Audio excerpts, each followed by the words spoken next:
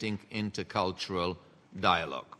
The report of the Secretary-General on the UN Human Rights Training and Documentation Center for Southwest Asia and the Arab region, A/68/287, provides an overview of the training activities and regional consultations carried out by the Center during its 3 years of operation and an analysis of challenges, opportunities and necessary resources. In particular, the Center has been increasingly solicited by Member States to provide assistance following the developments in the Middle East and North Africa. This considerable demand has highlighted the necessity to allocate adequate resources to the Center for it to be able to discharge its mandate fully. I give the floor to the delegation of Yemen.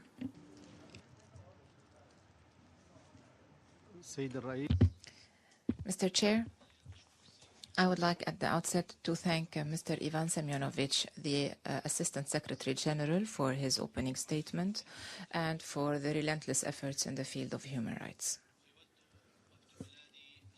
My delegation would like to express our appreciation to the efforts deployed by the UN Center for Training and Documentation in the field of human rights for the Arab region and West Africa. The Center plays an important role in spreading and disseminating the principles of human rights through the different activities that are implemented by the Center throughout the Arab region. And despite the fact that the Center has recently started implementing its activity, starting the year 2011, it has been able throughout the previous years to undertake several training workshops in the Arab region.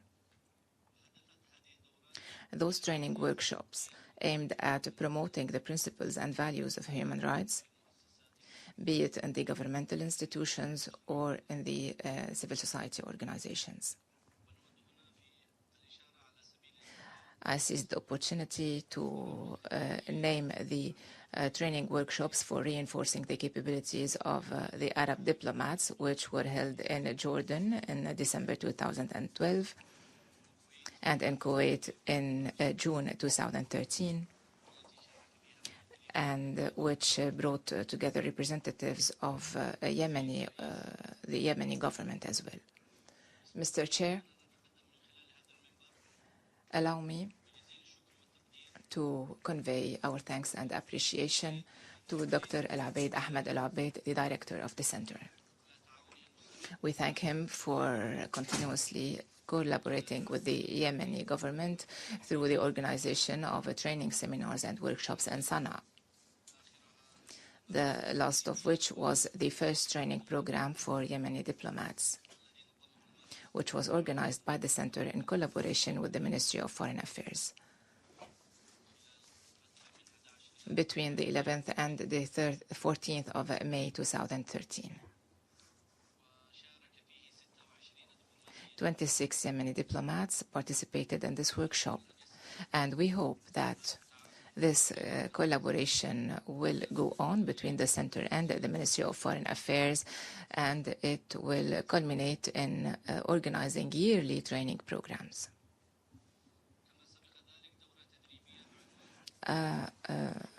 Another training workshop entitled The Right to Access Information and the Safety and Security of Journalists was organized as well in Sana'a between 6 and 9 May 2013. And needless to say that organizing such training workshop will have a great contribution in spreading and disseminating the principles and values of human rights in Yemen. Mr. Chair, my delegation would like to call upon the United Nations and the Office of the High Commissioner for Human Rights and the donor countries to provide the necessary financial support to the Center, to the Training and Documentation Center, in order to allow it to undertake the greatest number of activities and programs related to human rights in the Arab region. We are in dire need of disseminating those values and raising the awareness of Arab communities as to the values of human rights and promoting and protecting those rights. I also seize the opportunity to thank Qatar, the state of Qatar, for hosting this center and for providing all the facilities in order to allow the center to work effectively. Thank you. Item B, thank you. I would like to thank the representative of Cameroon, and I now give the floor to the representative of Qatar.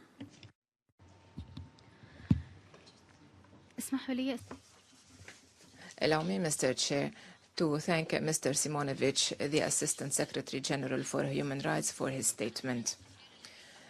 The Secretary General's report on the Human Rights Training and Documentation Center on Human Rights for Southwest Asia and the Arab region provides a general overview for the training activities and the regional consultations carried out by the center during its 3 years mandate. And in this framework, we would like to reiterate that the establishment of this center is an important tool to promote international cooperation in building capacities and raising awareness as to human rights. The center plays an important role because it undertakes activities focusing on the priorities of our region, among which I mention fighting discrimination and fighting impunity, reinforcing the rule of law. And the center also works on promoting social, economic and cultural rights and on fighting poverty and safeguarding human rights. It's also important to note that the report highlights the obstacles faced by the center in terms of human and financial resources. This hinders its capabilities and the capacity of answering the growing needs and providing the assistance to all the countries covered by its mandate. We would like to ask, how can the center undertake its mandate effectively if it does not have the sufficient resources it requires, especially in light of developments in the Middle East and Northern Africa? And how can the center, in light of the current international crisis, ensure the necessary extra budgetary resources to undertake and to pursue the current activities of the Office of the High Commissioner for Human Rights? Where should we invest more in order to guarantee the sustainability of... I'm giving back the floor to Mr. Simonovic to answer your questions. Thank you very much, Chair. Now let me start with addressing issues raised by Yemen and Qatar. I would like to thank both delegations for their support to the Documentation Center for Southwest Asia and the Arab region. It's really a specific field presence because it has, unlike others, been established by the resolution of the General Assembly. And it has a specific function of human rights training and documentation activities covering 25 countries of the region. As for the financial resources issue, of course, if there will be no sufficient resources, we will not be able to perform this highly important function. And of course, it is a problem. It's reflected in the resolution that is in front of you. And at the same time, it should be recalled that Secretary General was in position to cut $100 million of the budget, and it is on the Secretariat and Member States to work together in dealing with the current